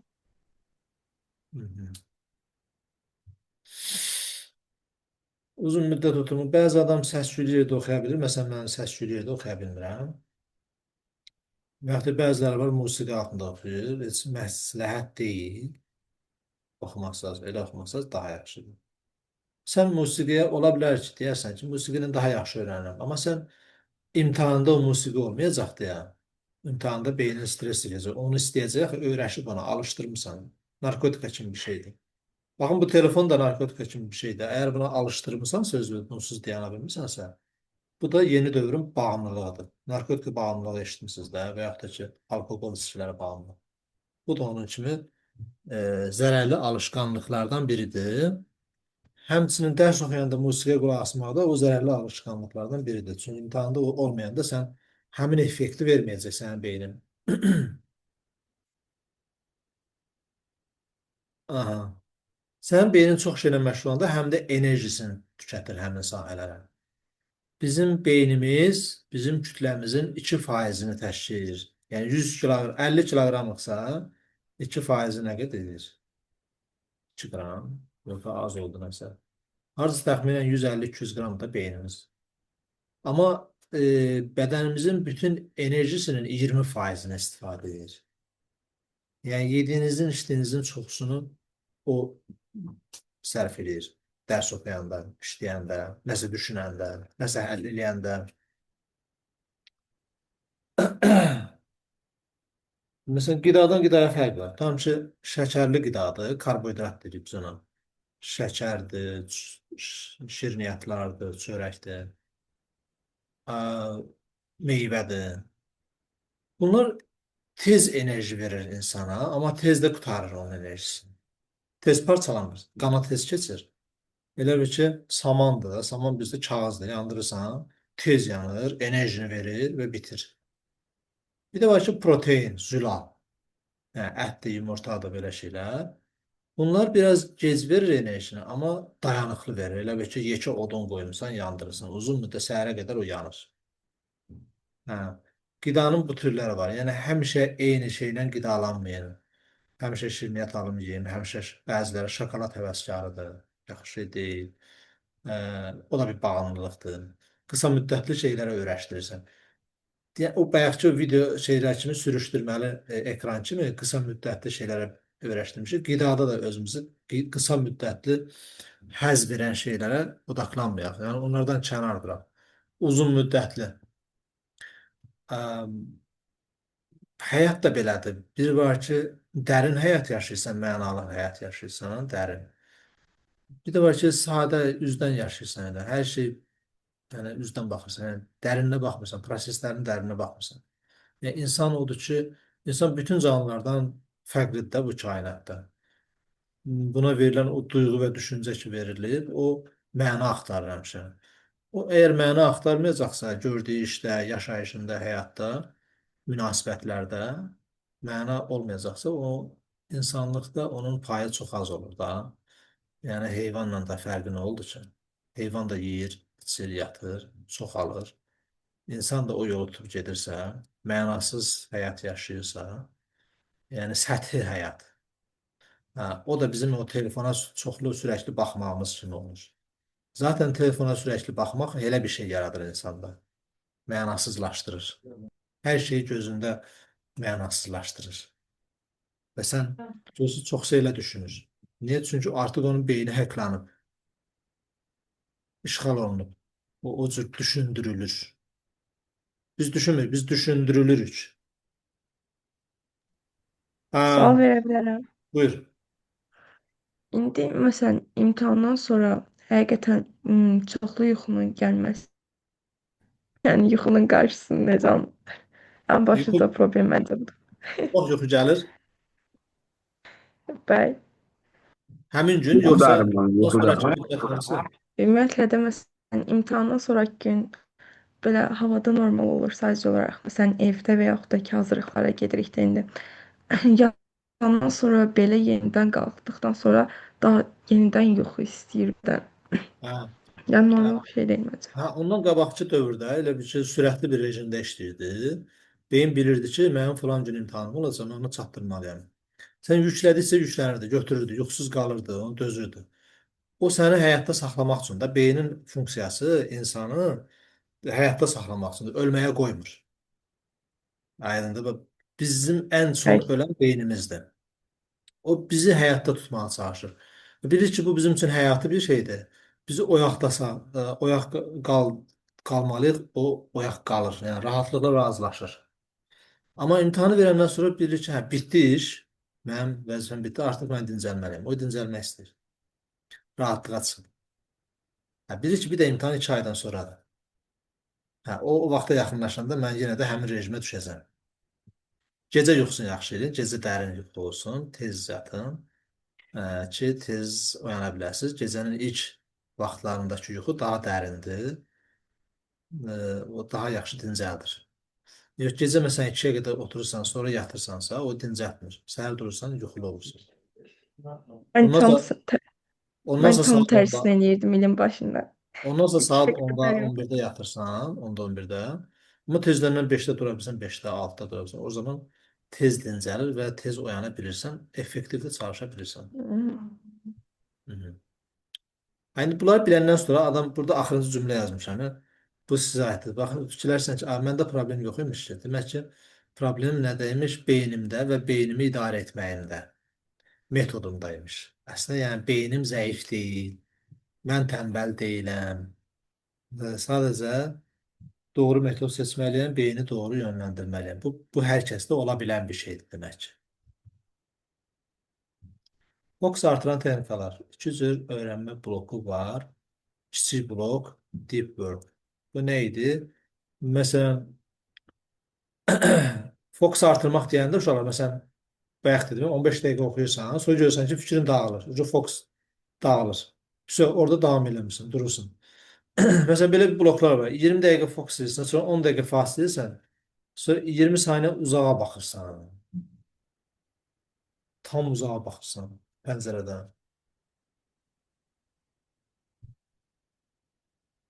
Hə. Sonra təzədən başlasan yenə də gəlsən 20 dəqiqə çalışırsan. Yəni 20 dəqiqə, 10 dəqiqə, 10 dəqiqə fasilə 20 dəqiqə çalışmaq. Və bir də ki, günün eyni saatlarında, düzdür, bizdə alınmır çox da, çünki müxtəlif saatlarda hazırlıqlara gedirik. Amma günün eyni saatında oxuyanda, məsələn, universitetdə oxuyanda inşallah elə olacaq. Filan vaxt dərsimdir, sonra filan vaxt gəldim, istirahət elədim, filan vaxt başlayacağım dərsimə. O eyni saatda başlayanda, Salam. həmin saatda fokuslana bilir ki, mən bu saatda dərs oxuyacağam. Onun fokusu həmin saatda daha artır, yaxşı olur, yəni tez götürür. Bəli, kimsə nəsə demək istəyirdi. Salam, axşamınız xeyir. Axşamınız xeyir. Müəllim, xoş gördük. İndi Xoş qoşuldunuz? Bəli, bəli. Hə, tamam. Məlumatım yoxdur doğrusu. Hə. Üzrlə istədim. Əli müəllimin günahıdır. Hə, eyni saatda Yox, bu tədbir haqqında öncədən məlumat vardı. İndi ki, bu belə deyək də, indi bu hazırda bunun getdiyindən məlumatım yox idi. Hə. Bu mitinqin. Çox gözəl, davam edin. Xoş. İkinci üsul deep work-dur, yəni dərin fokusdur. Burada artıq 60 dəqiqə, 90 dəqiqə, yəni 1 saat yarım otura bilirsən. Bu artıq onu bacaranlar üçündür. Amma sən də yavaş-yavaş özünü artıra-artıra ora gedib çıxa bilərsən. Yəni hər kəs eyni olacaq deyə bir şey yoxdur. Hər kəs də fərqlidir. Gedib çatmaya da bilərsən. Ya da sən 20 dəqiqə ilə də davam edə bilərsən. Sənin üçün belə yaxşıdırsa, davam edirsən o şəkildə. Bir dənə sual verə bilərəm. Buyur. 9-da yığdığımız nəticə ilə 11-də yığdığımız nəticə eyni olur, yoxsa onu dəyişmək olur? O yox, nətər eyni olur? Yəni 9-da mən az yığmışamsa, 11-də də az yığacam, belə bir Bəli. şeydir. Yox, o sizin özünüzdən asılıdır. Məsələn, 9-da tutam ki, sən öyrənmə texnikasını hələ öyrənə bilməmsən, və yaxud da reysə düşə bilməmsən, və yaxud da ki, hər hansı bir səbəb olub, və yaxud da ki, ürəyin istəməyib, məqsədin olmayıb, cürbəcür səbəblərdən sən fokuslana bilməmsən. Amma baxırsan ki, elə uşaq var ki, gəlir 10-cu sinifdə də yaxşı oxumur, 11-də başlayır oxumağa. 11-də quyruq sıxışır qapının arasına, deyir ki, mən nəsə eləməliyəm. Onda o nəsə eləməliyəm deyəndə o məqsəd qoyur qarşısına. Orada məqsəd olandan sonra məqsəd səni aparır. Yəni niyyət edir də. Necə ki oruç tutanda biz artıq sübh tezdən o niyyət edirik ki, bu gün orucam. Beyin bütün qida ilə falanla bağlı məsələləri söndürür. Və gündüz sən hiss eləmirsən aclıq. Başqa vaxt olsa günorta vaxtı yaxınlaşanda deyirsən, "Ha, başım ağrıyır falan. Mən yeməyə vaxtım çatmadı, yemək yemədim, mənim başım ağrıyacaq." Hə, beynin onu sənə tələb edir ki, nə oldu? Yemək vaxtı idi axı, sən getməliydin yeməyə, mənə yemək gətirəcəydin, qida gəlməydi axı. Amma oruc vaxtı bilir ki, sən axşam yeyəcəksən. İşte o özünü idarə edir orada. Söndürür o duyğuları. Ki bu zaman yəni beyin özü sənin məqsədin olanda, niyyətin olanda, onu demək istəyirəm. Ki mən artıq universitetə hazırlaşmalıyam. Onda sənin beynin daha yaxşı effektiv çalışmağa başlayır. Yaxşı fokuslana bilirsən. O 9 ilə 11 hamıda eyni olmur. Fərqli-fərqli şeylərdir. Yaş dövrü fərqlidir, niyyətlər fərqlidir. Çox sağ olun. Bir də canlı fokus testi eləmək istəyirəm. Bu qədər fokusdan danışdıq, fokuslanmaqdan. İndi görək kim yaxşı fokuslana bilir. Yoxlayırıq. Müəllim siz də yoxlayacaq. Demək, yenə şəkillər göstəririk. Sonra bu şəkillərdə məsələn soruşacaq, hansı şəkilləri gördünüz? Burada 10 dənə şəkil var. 10 dənə şəkil var. Kim görək daha çoxunu yadda saxlaya biləcək? 2-3 adamdan soruşacağım ancaq. Başlayırıq. Neçə saniyə vaxt qoyuruq buna? 10 dənədirsə 20 saniyə qoyuruq. 20 saniyəsində başlayırıq.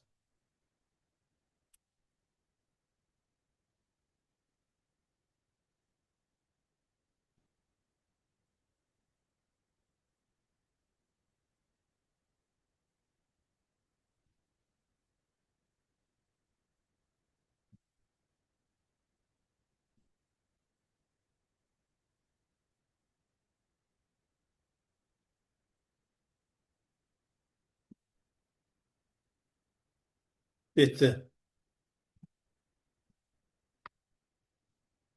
Aha.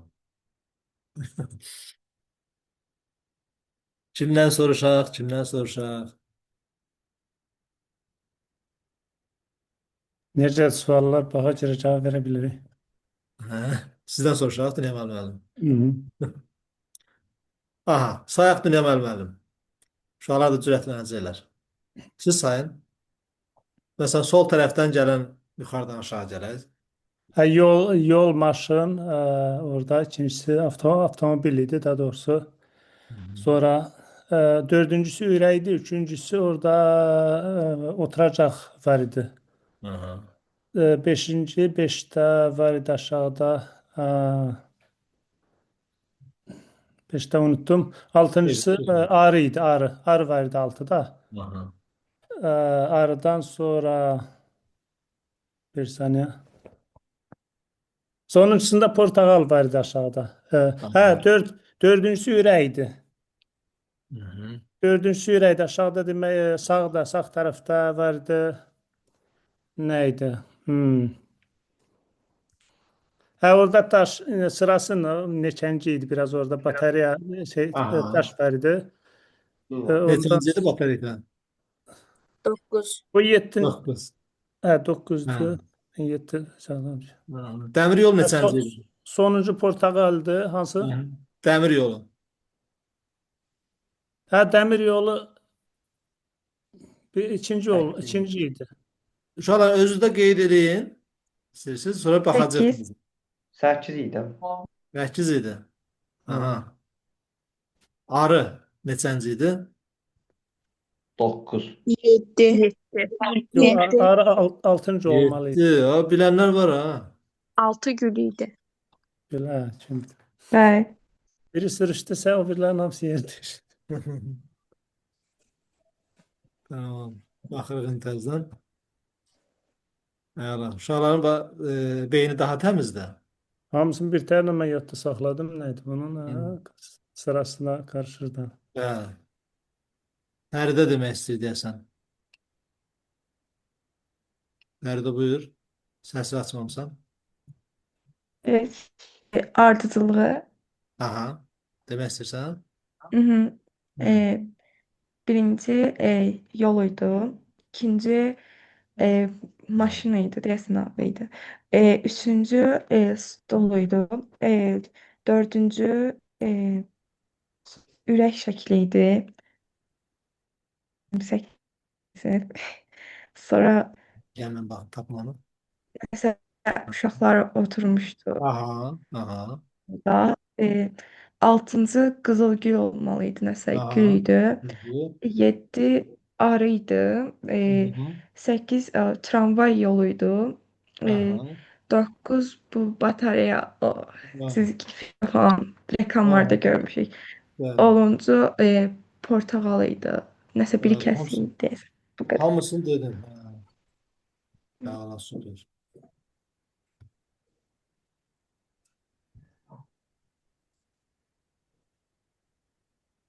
Hı-hı. Bax, bu bizim necə fokuslandığımızı göstərir. İndi hər kəs özünün, indi burada məqsədimiz o deyil, biz hamıdan soruşaq. Yəni, hər kəs fərqində olsun, özünün fərqində olsun ki, mən nə qədər fokuslana bilirəm, nə qədər fikrimi toplaya bilirəm, nə qədər dağınığam. Fərdə bunun hamısını ardıcıllıqla dedi. Aferin. Maşallah. Fokuslanmaya mane olan əsas amillər hiperaktivlik, sabit həyatdan canı sıxılan və anlıq xoşbəxt anlar axtarışında olmaq. Yoldaşlarınızda görürsə, bəziləri yerində dayana bilmir də. O niyə yerində dayana bilmir? Birinə sataşır, birinə bir söz deyir, birinə əllə hərəkət edir. Çünki o hiperaktiv biz ona deyirik. O xoşbəxt deyil. Də istəyir ki, bir anlıq heç olmasa ona bir söz atın, bir cavab versin, bir özümü yaxşı hiss edeyim. Darıxır yəni. O oturduğu yerdən sinifdə çox uşaq kim ləzzət alır ki, bu saat yəni, bizim məktəb sistemindən heç kim ləzzət almır da. Yəni, ona görə çox cansıxıcıdır dərslərimiz. Hə, həddən artıq qayğılı olmaq. Yəni, abituriyentlərin 8 qorxusu. Aşağıda 8 dənə qorxu yazmışam. Bu 8 qorxu bizim qayğımızdır. İmtahana hazırlaşan uşağın qayğısıdır. Nələr var ki, baxaq görək maraqlıdır. Burada həm şagirdlər, həm də valideynlər özlərini tanıyırlar. Gec qalma, yəni çatdıra bilməmək qorxusu. Bu 1. Birdən bacara bilmərəm qorxusu. Bu 2. Valideynim narazı qalar. Bu 3. Yaxınlarımın qınaması, qohum əqrəba falan. Hamı soruşur axı, zəngirli evdə xala soruşur, bibi soruşur. Hələ biri də gəlib deyir ki, şeydir, mənim qızım 600 toplayıb görüm sən nə qədər toplayacaqsan? Bibi gəlib deyir. Ondan sonra vapşı zəhlən gedir həmin qohumla. Xala və bibilərin baxışları və sözləri o idi. Zəhmətin hədər gedər və yaxud da ki, atanın iş yoldaşı, ananın, mamanın iş yoldaşları falan soruşurlar. Amma bilməlisiniz ki, burada saxlayın, ora baxmayın. Bilməlisiniz ki, həmin o soruşan adamlar var. Ha? Onlar çox da sizinlə maraqlanmırlar. Sadəcə olaraq soruşmasa da mama deyəcək ki, heç filan kəs soruşmadı. Hə. Yəni o sizin üçün olan bir şey deyil. Siz öz işinizdə olmalısınız. Ondan təsirlənməməlisiniz. Beyninizi, fikrinizi dağıdan, hackləyən bir şeylərdən biri də odur. Canlı hacklər də olar. Onlar çünki siz universitetə girdiniz, girmədiniz, 1-2 gündən sonra hər şey unudulur. Hamı unudur ki, bu uşaq 700 toplamışdı, yoxsa 300 toplamışdı. Sonra bilirlər ki, sən filan yerdə oxuyursan. Da orada bal soruşmurlar. Maraqlı olmur heç kimi. Amma sizin üçün o elə düşünürsünüz ki, siz həyatın mərkəzindəsiniz, hamı elə sizlə maraqlanır. Sizdə 600 yox, 300 olsa dəhşət olacaq. Elə bir şey yoxdur. Hə, o şeylər sizin balınızı aşağı salır, fokusunuzu aşağı salır, fikrinizi dağıdır. Hə, zəhmətim hədər gedə bilər qorxusu var. Xərclənən maddi vəsait, atamın xərclədiyi pullar var burada. Onu fikirləşir uşaq. Valideynlərin dostları və rəfiqələrini dedik. Valideynlərindən utanma hissi. Məsələn, səhv metod seçmək qorxusu.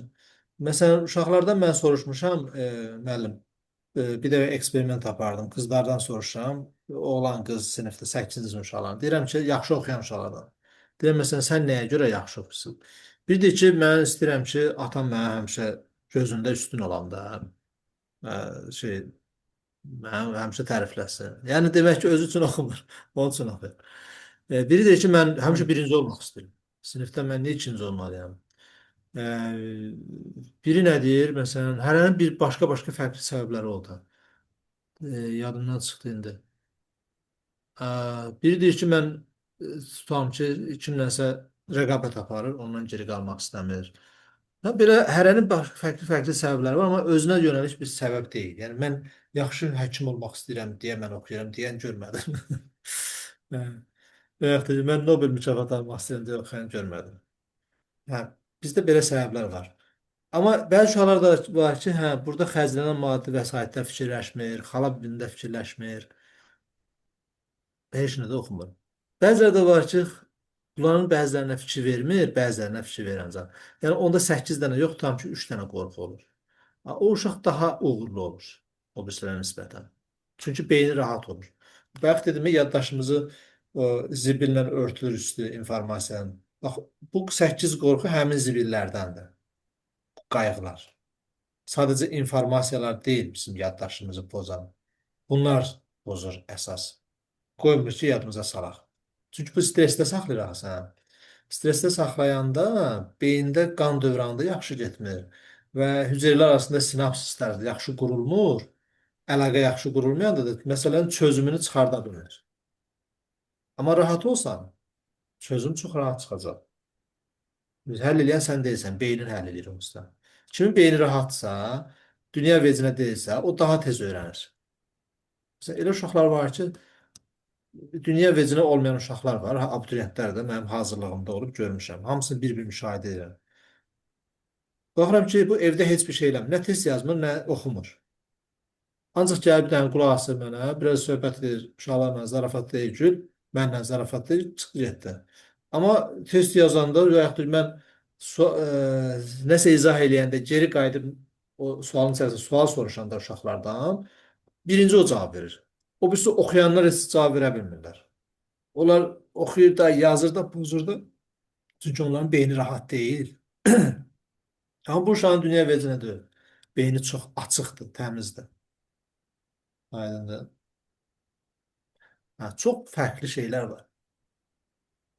Buna da deyim, bitirək məncə, yoruldu. Fokuslamaya mane olan əlavə amillər, mənfi alışqanlıqlar, ekran və sosial dedik. Yaxşı olmayan dost çevrəsi, buna da fikir verməsiniz. Burada həm şagirdlər, həm valideynlər özlərini yaxşı tanıyırlar. Bu qorxuları tanımaq onlardan çıxmağın yarısıdır. İndi siz məsələn bu qorxuları tanıdınız, düzdür? Yəni, burada mən sizdə ancaq nə yaradıram, bilirsiniz? Fərqindəlik yaradıram. Ya fərqində olursan ki, ayda bu qorxular elə hamıda var imiş ki, insanlarda var imiş bu. Təhcə mən, elə bilirdin səndədir təhcə. Yəni, bibim gəlir, xalam gəlir, belə baxır mənə, nə bilim, onun iş yoldaşı zəngiyir, soruşur. Elə bilirdin ki, sadəcə sizin evdə olur. Amma indi gördün ki, hamıda olan şeydir və bu boş şeymiş. Fərqində olmaq işin yarısını həlləmək deməkdir. Və yaxud da ki, bundan qabaqçı öyrəndiklərimiz. Baxırsan ki, belə hamıda, məsələn, hamı mənə tənbəldir deyə, əslində heç mən tənbəl deyilmişəm ki. Sadəcə mən həzz almıram, ona görə mən həzz alacağım bir şey tapmalıyam, bir iş tapmalıyam. Və ya özümü o digər şeylərdən uzaqlaşdırmalıyam ki, mən dərsdən həzz alam. Fərqində olduğun, sən işin yarısını həll eləmirsən. Bundan sonrası qalır sənin öz iradənə ki, özün onun öhdəsində necə gələcəksən. Hani bir şey deyə bilərəm. Bəli. Buyur. Buyur. Oxuduğumuz mövzular həmin öyrəndiyimiz an, hazırlıqda, həmin mövzular keçirilən an yaxşı öyrənirik, amma bir müddət sonra o tez unudulursa, buna əsas səbəb nədir və yaxud da bunu necə aradan qaldırmaq olar? Siz əvvəldən qoşulmuşdunuz, yoxsa sonradan? Demək olar ki, yarısından. Biz elə əvvəldən bunun üstündə qurmuşuq, məsələn ki, öyrənmənin yaddaşın 3 hissəsi var idi. Qısa yaddaş, işçi yaddaş, bir də dərin yaddaş. Qısa yaddaş o idi ki, siz deyən qısa yaddaşdır. Bayaq məsələn şəkillər göstərdim, İndi Fəridə məsələn bunun onun da dedi. İndi Fəridədən indi təzədən soruşsam, Fəridə onun 7-sini deyəcək və ya 8-sini deyəcək. İkisi yadından çıxacaq. Üstündən biraz keçdi, təzə informasiya aldı, beyni başqa yerə getdi, mənlə söhbət elədi falan. Bu qısa yaddaşdır çünki. Fəridə də öyrənmişdi 10 dənə şeyin onun da. Hə, çünki onu təzədən işçi yaddaşa salmalısan, yəni işlətməlisən, əlaqə qurmalısan, bayaq danışdıq olar nə idi, ya onun haqqında e, kiməsə izah eləməlisən, paduşkaya izah eləməlisən evdə, beynində əlaqələr qurursun və ya yazmalısan və ya onun flash kartlar hazırlamalısan filan filan. Yəni işlətməlisən o topladığın bilgini işlətməlisən, beynində o əlaqə qursunlar. Köhnə öyrəndiklərinə, yeni öyrəndiyin şeylər əlaqə qursunlar. Və o keçsin dərin yaddaşa. Dərin yaddaşa keçəndən sonra qorxusu yoxdur. Onu sadəcə mövzunun adına belə baxsan, onun içindəkiləri yadına salacaq. Hə, amma o prosesləri aparmamısansa, o həmişə bəli elə olacaq, yadından çıxacaq. Bir işimiz bu idi bizim. Bir şey soruşa bilərəm. Aha. İmtahan balları haqqında yəni nə fikirləşirsiniz? Hansı qrupda arta bilər, azala bilər? Demək olar ki, indidən elə görsənir ki, hamısında azalacaq da. Bu iki suallara uşaqlar yaxşı cavab verəmədilər. Hamı da aşağı düşəcək. Bir 50 bal falan fərq edəcək. Sağ ol. Hə, bundan sonrakına əsas fokuslanır. Bir dənə də sual verə bilərəm. Hı -hı. İmtahanda həyəcanlanmanın qarşısını necə almaq olar? Ha, süper sualdır bu. Süperdə cavabı var. Hazırsınızsa deyin. Su iç. Bəli. İmtahana getməmək. İmtahana getmək ən yaxşısıdır. Sonra demək, imtahana girəndə, mən də imtahana girirəm də, biz də müəllimlər də imtahan verir. Mən indi də yəni girəndə həyəcan olur. İlk 20 dəqiqə olur, yarım saat olur. Mən də fikirləşirəm ki, mənim də qorxularım var axı. 8 dənə qorxu sizdə idi, məndə də bəlkə daha çoxdur, bilmirəm, bəlkə azdır. Prosta mənim imtahana getməyimi çox adam bilmir də. Sizi bütün aləm bilir. Mən də qorxuram ki, mən yaxşı yazmasam biabır olacam. Məni tanıyan bir çevrə var axı. Kitab müəllifidir, nə bilim nə. Nə amma gəldi bunun yazdığına bax. Bu da mənim həyəcanımdır. Qorxumdur. Demək, ilk 20 dəqiqə, yarım saat o həyəcan olması normal bir şeydir. Amma siz nə etməlisiniz? O həyəcanı yatışdırmaq üçün bir dənə metod var. Siz keyfinizi, yəni şeyinizi yuxarı saxlamalısınız. Nə deyir ona? Ruh halınızı. Nə tər yuxarı saxlayacaqsın? Düz mümkün deyil axı. İmtahana ki başladın, suallar açdın. Sən orada axtarmalısan asan suallar ki, o sənə ləzzət eləyəcək. Asan suallar elədikcə sənin həyəcanın keçəcək. Artıq sənin beynin aktivləşəcək. Həzz alacaqsan o işdən. Hə, keyfini yuxarı saxlamaq yəni bu deməkdir. Və neysən, bir, açdın sənin üçün 3 dənə fən var. Bunların içərisindən ən rahatı sənin üçün hansıdır? Ən çox xoşladığın ola bilər. Ən çox bal verən yox ha. Ən çox bal verən yox. Ən çətin hansı yox. Ən sənin üçün, məsələn, birisi deyir ki, mənim üçün ingiliscə su kimidir. Mən 30-30 yaza bilərəm. Biri də yazmışsan da mən rahat. Hansı rahatsa o fənni başlayır. O fənnin də içərisində ən asan, qısa sual, bir cümləli falan sual tapırsan, onu işləyirsən. Onu işləyəndən sonra belə-belə gedirsən. Hər bir fənnin içərisində 8-10 dənə sual, hamının eləyə biləcəyi sual var. Yəni, ən azı 3 ala bilsin uşaq. 8-10 sual. Hər fəndə. Sən o 8 sualı tapırsan orada. Məsələn, Azərbaycan dilini açdın, ən rahat sənin üçün Azərbaycan dilidir. Onun içərisində ən qısa bir cümləli, 2 cümləli belə-belə sözlər, suallar tapdın, 8 dənə, 10 dənə elədin. Bu sənin cibindədir. Bilirsən ki, bu qədər balım mənim cibimdədir. Keçdin, sən riyaziyyatdan da ən asanını seçirsən, 8-10 dənə də ondan elədin. Olmadı 8 olsun, 7 dənə olsun. Keçdin, üçün də elədin, hə, mənim cibimdə tutam ki, 20-25 dənə sual var, hazır. Toplam neçə dənədir məsələn buraxılışda? 75 sual, 85. 81. 81. 81 sualdan, məsələn 25-i Sinfə görə baxır məncə. 85 sual. 9-4-də 81 idi. Bir nədir? Esse, ingilis dili. Hə, tamam. Söz, məsələn, 3də biri, 4də biri artıq cibimdədir və bir də bir şey var ki, sənə ləzzət edir. Baxırsan ki, asan sual var daha. Məsələn, 10 dənə sual yazdım, amma cəmi 5 dəqiqəm gedib. Yəni, 1 dəqiqə 2 dənə sual həlləmişəm. Mənim nə qədər vaxtım var hələ. Yəni vaxt genişliyi yaradırsan beynində, fikrində. O vaxt genişliyi sənə ləzzət edir. Ki, mənim hələ vaxtım çoxdur, rahatlıq yaradır səndə. Rahat olandan sonra artıq həyəcanı keçir və digərlərində daha sürətli işləməyə başlayırsan. Məsələn, evdə işləmədiyin, elə ola bilər ki, evdə işləyə bilmədiyin sualı orada işləyə bilərsən. Yəni o qədər sən rahat olarsan.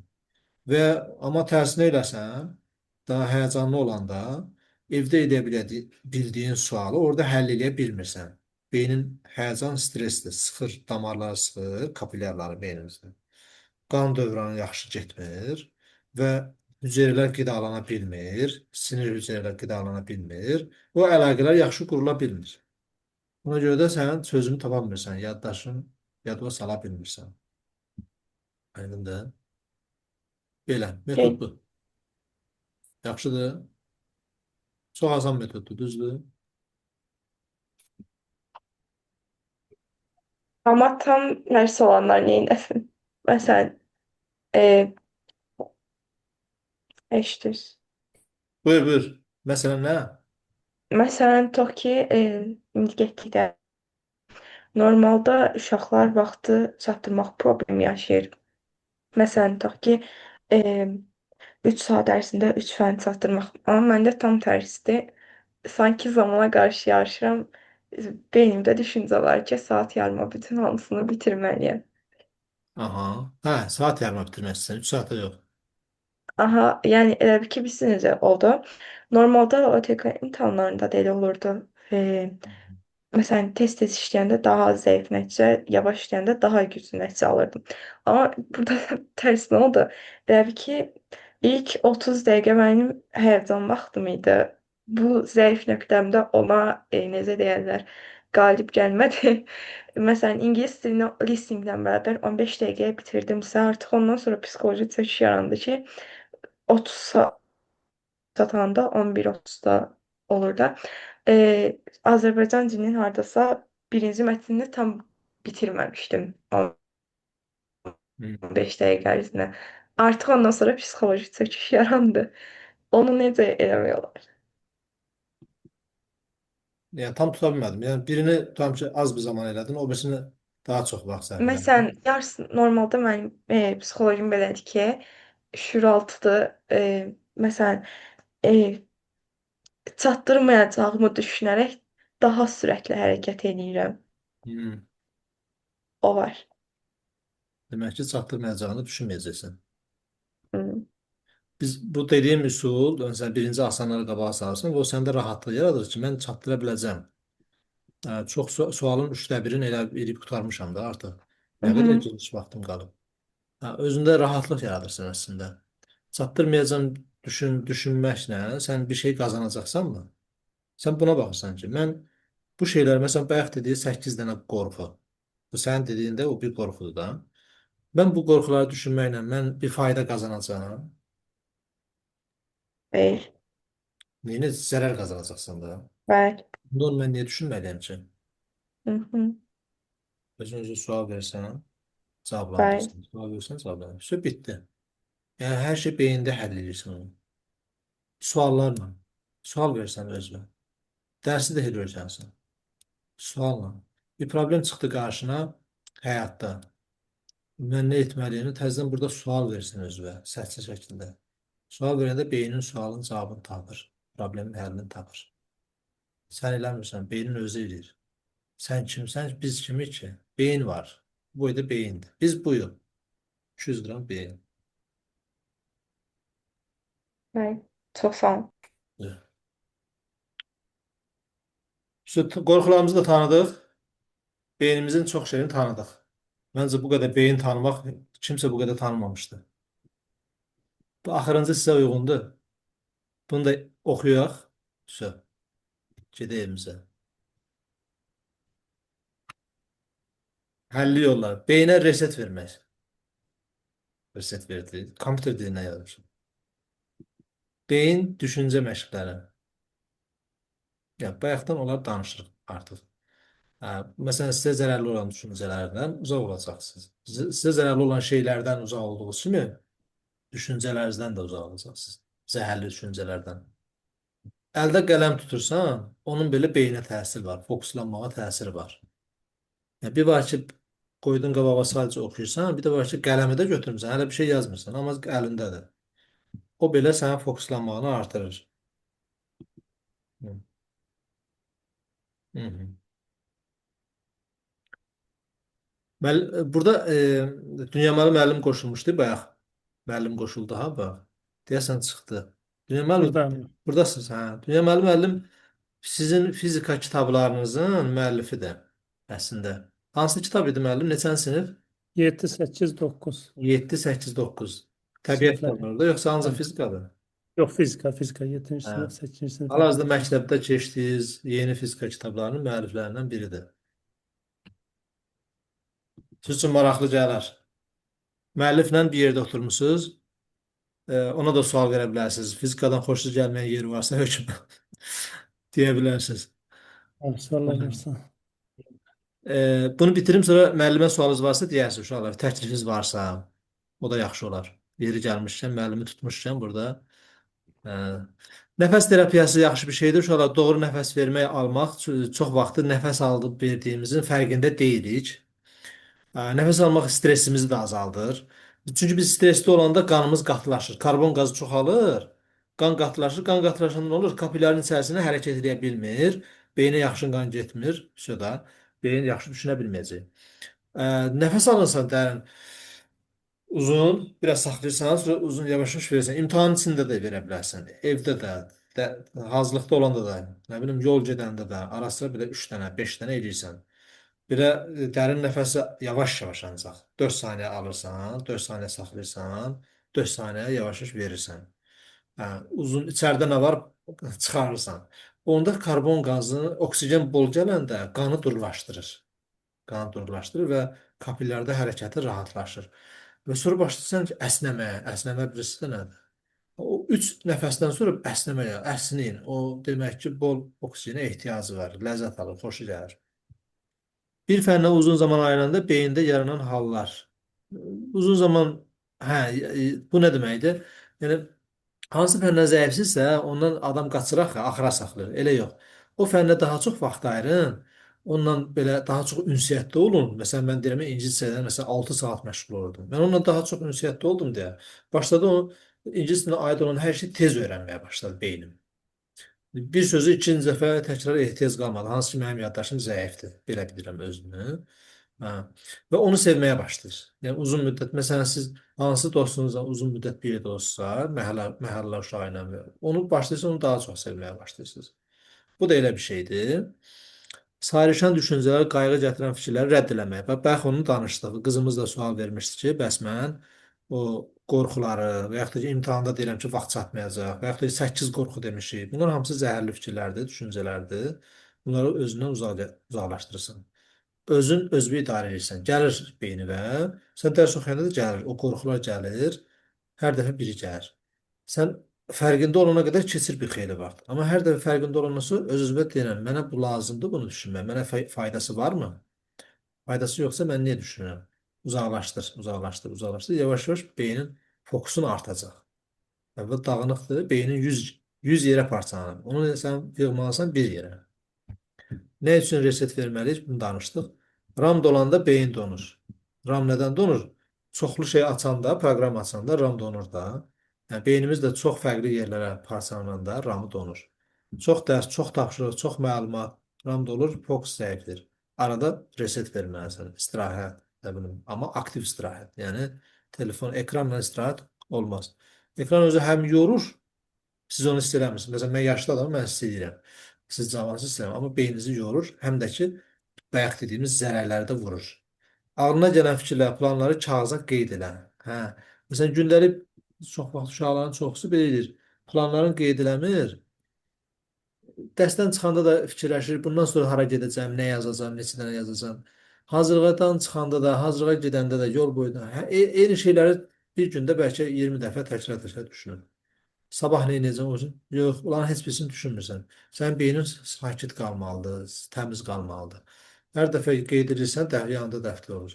Planları falan çizirsən, beynində qalmasın. Lazım olacaq, açacam, baxacam. Və yaxud da ki, Stolun üstündə bir yerdə orada sənin planın, dərs planın falan olur. Yəni cədvəlin olur özünə görə. Fasilə vaxtların falan hamısı qeyd edirsən orada. Hər dəfə düşünmürsən. Mən nə vaxt dərs oxuyacağam, nə vaxt fasilə edəcəm. Qeyd elə qalsın orada. O yana bir yana bir sürüşə bilər. 10 dəqiqə, 5 dəqiqə, 20 dəqiqə sürüşsün. Amma plan orada olsun. Reset, qısa fasilə, nəfəs, ekran kəsmək, 2-3 dəqiqə nəfəs məşqləri və belə-belə gedirsən. Bunlardan qeyd götürün özünüz üçün. Bununla da bitirmək istəyirəm. Dünya müəllimə də kimin sualı varsa, təklifi varsa, bax bu belə şey, bu mövzu belə olsaydı, bu mövzunun içərisində niyə bunu belə vermisiniz? Bu bizim üçün yorucudur. Bu isə bizə maraqlı oldu. Yəni əvvəlki illərin kitablarından çox maraqlıdır, yeni fizika kitabları. Çox asanlaşdırılıb həm də. Həyatla bağlantısı çoxalıb. Həyatla bağlantısı çoxalanda artıq nə olur? Şey olur, maraqlı gəlir bizə. Buyurun uşaqlar. Varsa sualınız verin dünya müəllimə. Sözünüz və ya təşəkkürünüz ola bilər.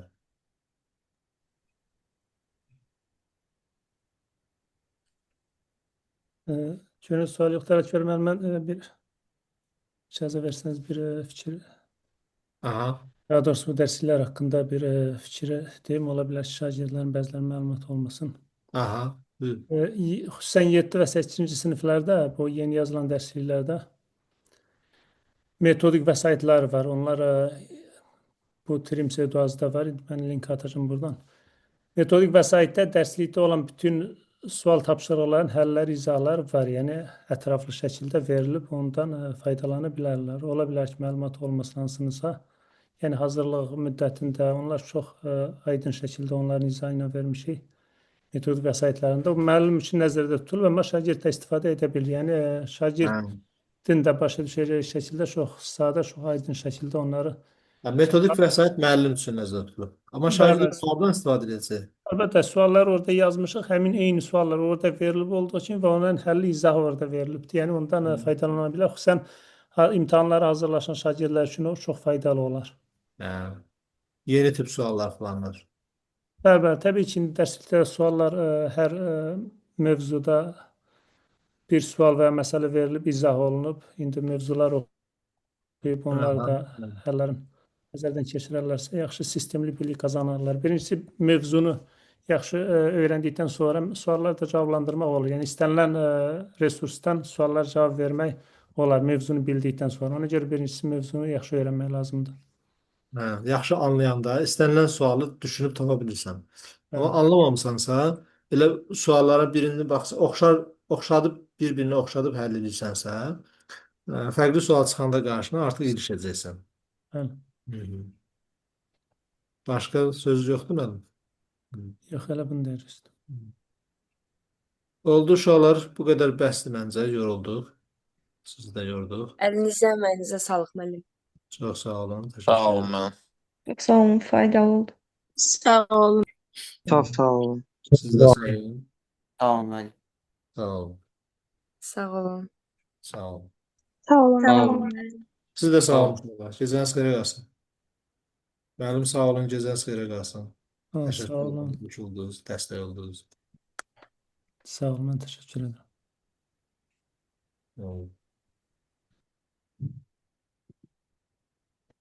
Ələkbər müəllim, salam. Salam, salam. Necəsiz? Şükür, yaxşıyıq. Siz necəsiz?